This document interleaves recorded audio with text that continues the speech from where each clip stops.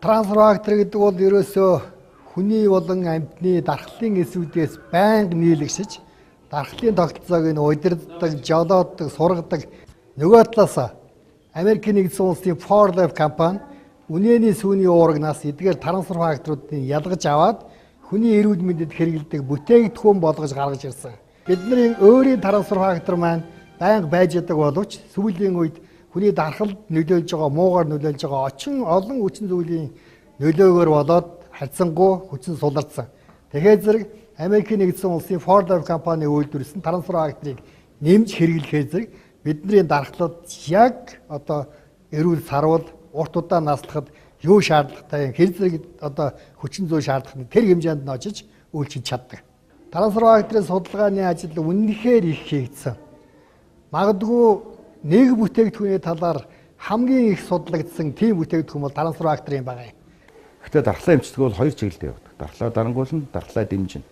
Дархлаа дэмжих эмчилгээг нь бид нар дархлааг нөлөөж өгнө. Дархлаа нөлөө тийм үү? Дархлаа зөвшөөрүүлэх гэдэг маш олон янзын ангиллууд байна л да.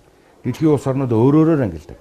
Энэ трансфер факторнууд дархлаа зөвшөөрүүлэх энэ бүтээгдэхүүний бүлэгт ордог. Хамгийн хоргүй хэрэглэхэд зохистой ийм молекул юм.